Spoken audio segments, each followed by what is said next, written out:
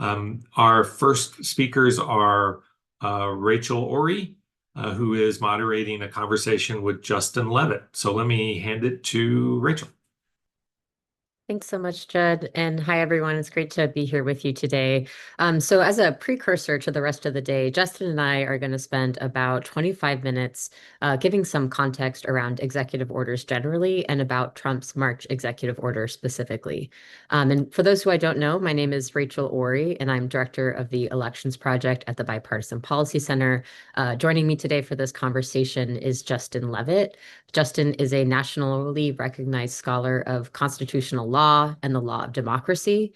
He's currently a professor at Loyola Law School, but he served as the White House's first senior policy advisor for democracy and voting rights from 2021 to 2022.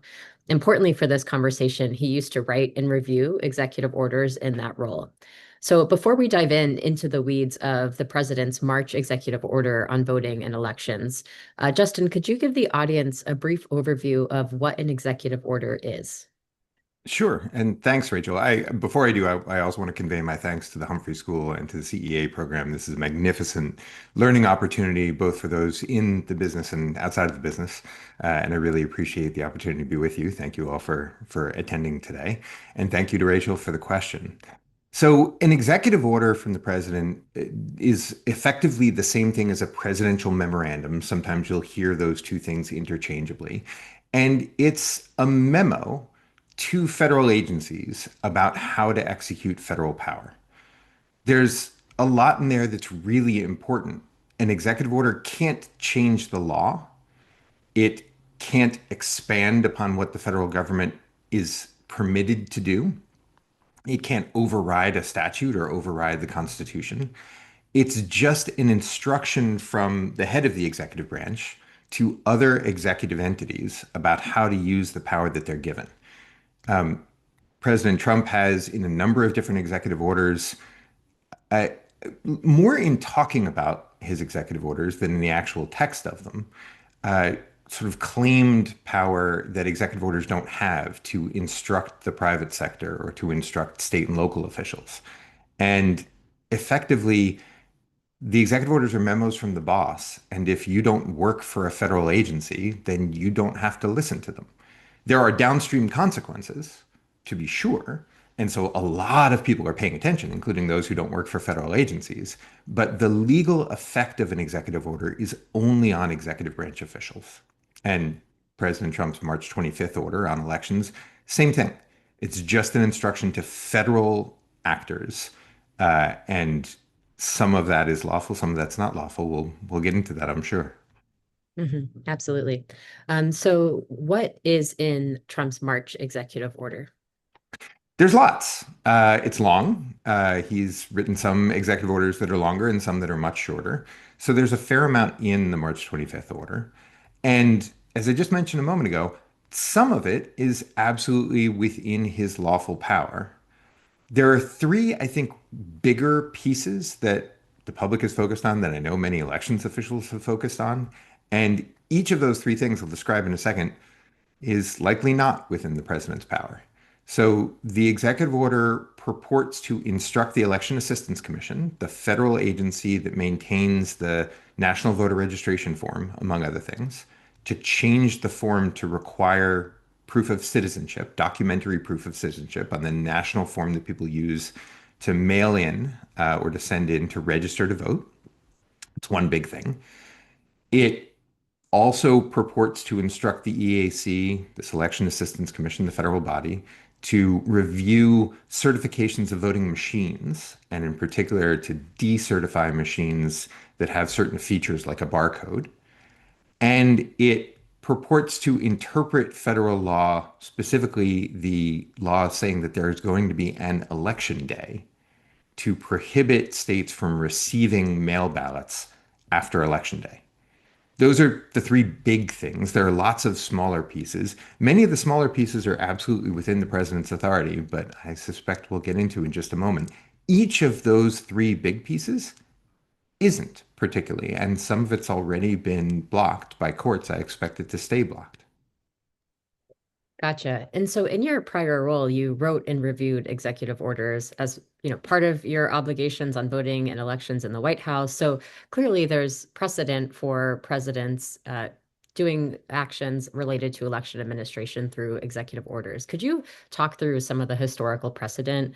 What have we seen presidents do executive orders on in the past? How did those play out in the courts? And where does that leave us today? Sure. So it's absolutely right. Presidents have been issuing executive orders since there were presidents, and they've been doing it on a lot of different topics. I think that presidential executive orders in and around the election space are more recent vintage. There weren't a lot way back in prehistory. Many of them have had to do with the extremely limited authority that federal executive agencies have over the voting or elections process. Some of them have purported to direct high-level priorities for the Department of Justice. Totally fine, totally normal. Some of them have talked about federal employees and facilitating the rights of federal employees to vote by adjusting work hours or things like that. Totally normal. Some of them have communicated policy preferences. Totally normal. And in particular, the Biden administration put out an executive order. That one I didn't write. That one I had responsibility for administering, but it was there before I arrived. Um, Directing federal agencies to look at their own authorities within federal law to do what they could to facilitate either voting and registration or information about voting and registration. But the key thing there is each agency has very different authorities. The National Voter Registration Act makes some agencies uh, ask them to be ready when states call to sign up to be voter registration agencies, like motor vehicles offices are, or like welfare offices are. Some of them have the capacity to distribute information about the voting process. For example, naturalization ceremonies often provide information about voter registration to brand new citizens, each of whom are eligible to vote when they show up. This executive order purports to direct steps in a different way that aren't within the president's capacity to order. And so it's a change from the executive orders of the past. And what is the status of litigation? I know there have been sort of months of different steps taken. Could you give us an update of where things are right now? Yeah, so because this executive order exceeded in some degrees, right? I want to emphasize there's some things that this executive order did that are in line, very much so, with that previous history and with the legal authority, including setting policy preferences, totally fine, including uh, setting high-level priorities for the Department of Justice, totally fine. Um, but because this executive order went beyond the president's legal authority in several ways, lots of entities sued. Some private entities sued, some states sued in order to block portions of the executive order. Not every piece of the executive order is sort of legally actionable at this point. Some of it directs future steps that might or might not come into be. And so you can't really sue to enjoin something that might not happen yet, at least in federal court. But several pieces of the executive order are designed to be effective immediately. And those did prompt litigation. There are two different lawsuits. One of them, they both enjoined several parts of the executive order, including some of the parts around changing the voter registration form and some of the parts around receiving mail ballots after Election Day. Other parts of the order haven't been blocked yet, but I fully anticipate that sort of if the conditions come to pass, if agencies actually do the things in the executive order, then they will be blocked. There are two courts that are sort of on the case. The two courts have each issued a preliminary injunction. It's a requirement to stop what you're doing effectively, to stop executing certain portions of the executive order while the courts review the full case. It's a hold on for now, pause, while the courts review the full case. One of those orders was issued in, I believe, April. Another one was issued in June, and they're both in effect right at the moment. Mhm. And so you mentioned that there are other consequences of some of the provisions of the executive order, even if those provisions are enjoined. Could you, one, explain what it means for something to be enjoined for the audience, and also walk through what else does it mean? If something that the executive order purports to do is held by courts, does it still matter for the public and election officials? Yeah, it does, both of those things. So enjoining is just a fancy word for blocking. It's when a federal court says, stop, don't do that, or sometimes stop, you have to do the following things when it orders action.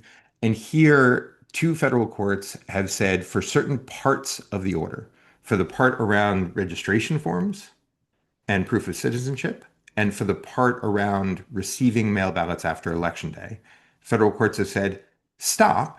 Federal agencies, to the extent that the president has told you to do X or Y, don't do X or Y until I decide the full case. Legal cases are slow, they can take a while. Sometimes they take years from start to finish. And so these are temporary. You can think of it as pressing the pause button.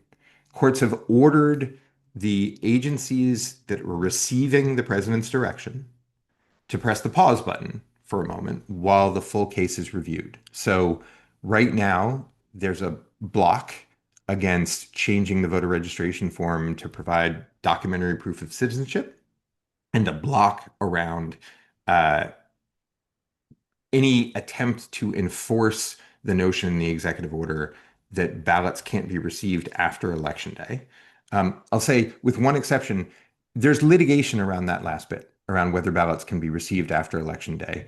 That's part of why courts said, executive agencies, hold on for now. Courts are working through this issue about whether ballots can be received after Election Day. Right now, in the Fifth Circuit, which is an appellate court range for Texas and Mississippi and Louisiana, there is litigation that prevents states where courts have held that you can't receive ballots after Election Day. That's being challenged in different appellate circuits around the country in different ways. Most of that litigation is still very much in progress. This is an issue that may get to the Supreme Court. But outside of Texas and Mississippi and Louisiana, particularly for the plaintiff states that have sued, for the states that brought the suit, courts have said nobody needs to listen to this executive order for now. But to your question about downstream impact, it creates a bit of uncertainty and a bit of confusion that affects election administrators, that affects a lot of the people listening to this conference, right? There is now some legal uncertainty about whether people will be able to receive ballots after Election Day. The status quo is in every state except for the three in that Southern Appellate Circuit I mentioned, Texas, Mississippi, and Louisiana, do what your state law says. So if your state law says that you can receive ballots that are submitted before Election Day, even if they happen to come in after Election Day, fine. If your state law says the ballots have to be in by Election Day, fine. That's the rule for every state right now, outside of the three that I mentioned. In those three states, ballots have to be in by Election Day, but there's continuing litigation over that and some uncertainty about what that's going to mean. And that uncertainty makes a lot of election officials' lives harder. They have to plan both for complying with state law and then complying with a change if federal law requires it. They have to plan for communicating that information to voters. And so I know I'm not alone in hoping that the legal issue is resolved speedily across the country. In some of the other portions of the executive order, I mentioned changing the voter registration form to provide documentary proof of citizenship. That's blocked. I mentioned the president ordering the Election Assistance Commission to decertify machines. That's not yet been blocked because the EAC hasn't done anything yet. I think that portion of the executive order is also unlawful and will be blocked if it's implemented. But even the notion that registration forms aren't doing their job or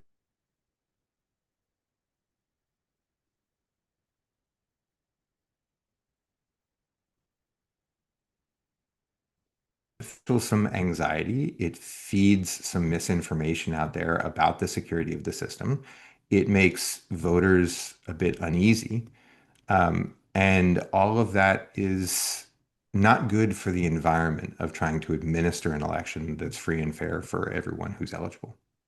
Mhm. Yeah, the biggest concern I have going into next year is just this uncertainty and this prolonged sense of confusion on both election administrators and voters' plates. So, very briefly, before we talk a little bit more about the voting system provisions of the executive order, do you have any sense of when this litigation might be resolved? Do we expect it to be before the midterms, after, or is it just up to the whims of the courts? It's really up to the courts. The courts know they're on a clock, so I would say they're very conscious of the fact that the midterms are coming. But the people in robes have their own schedules, and they will resolve this litigation, I think, as efficiently as they can. Mhm. They're very conscious of the calendar, but they don't work for election administrators either. And so I know that they are not necessarily going to resolve these issues as quickly as election administrators would like. Right now, the status quo is that the big picture things in the executive order don't really affect election officials in the sense that they don't require any direct change now. The uncertainty is about really whether they will require change in the future. I think the answer is likely no. But right now, the status quo is, again, outside of those three states where a court has already issued an order, everybody do what you've been doing and follow your state law. And that's in part because federal executive orders can't change state law. They can't change federal law. And so, despite the president's policy preferences, they have no legal effect and can't tell state and local election officials what to do. They have to wait Mhm. for something else to happen first. And that something else has been blocked by courts and I think is largely going to stay blocked by courts through the election cycle. So I Mhm. know uncertainty is not great, but if I were guessing, I think that the toughest part is going to be telling constituents, telling would-be voters, telling the public that things are as we left them during the last election, that the status quo has remained despite some communications and messaging uncertainty coming from the federal government. But the actual Mhm. legal obligations of absolutely everybody on this call have not changed. Yeah, and so one of the parts of the executive order that I've found in conversations with election officials to be the one they're most worried about communicating to voters is Section 4B that directs the Election Assistance Commission to make some updates to the federal voluntary voting system guidelines, which are a set of voluntary standards that states can choose to adopt in how they procure and adopt their voting equipment, and then also to potentially decertify some systems certified to prior standards. There's a little bit of ambiguity about what that prior standards mean, but effectively, some voters are perceiving this as a ban on voting equipment that has barcodes, even if that's not exactly what the executive order says or what the voluntary voting system guidelines can do. So, can you talk a little bit about both, is it legal for the administration to direct the EAC as a federal agency to take action? And two, what are the legality of these provisions on the voluntary voting system guidelines? Yeah. So the short answer is no, it's not legal. I know there'll be a whole panel expanding on that short answer in just a few minutes. Um, Very briefly, the Election Assistance Commission was set up as an independent agency by Congress with bipartisan representation and a supermajority requirement to make sure that no single party, no single actor could control what they do. They are designated in statute as independent, which means they make their decisions on their own. And I think it's not lawful for the president to direct them to act. The president can request, just like I can request, but they don't have to listen to me and they don't have to listen to the president. Um, Separate from that, there are doctrines of administrative law they're not just decades old, that are effectively centuries old, uh, that say that the president can't direct an outcome if there's a process for receiving data and then making decisions.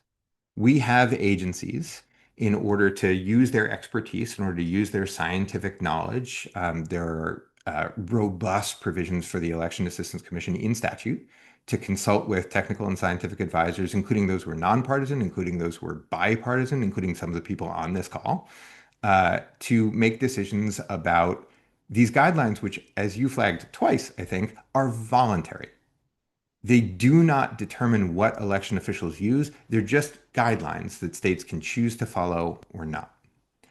The president can't direct an outcome. He can ask the Election Assistance Commission to review machines. He can ask them to make determinations, but he can't say, you have to not only follow the data, you have to come to this outcome. That's not legal. We don't have agencies that the president can tell what the answer is before we get to ask the questions.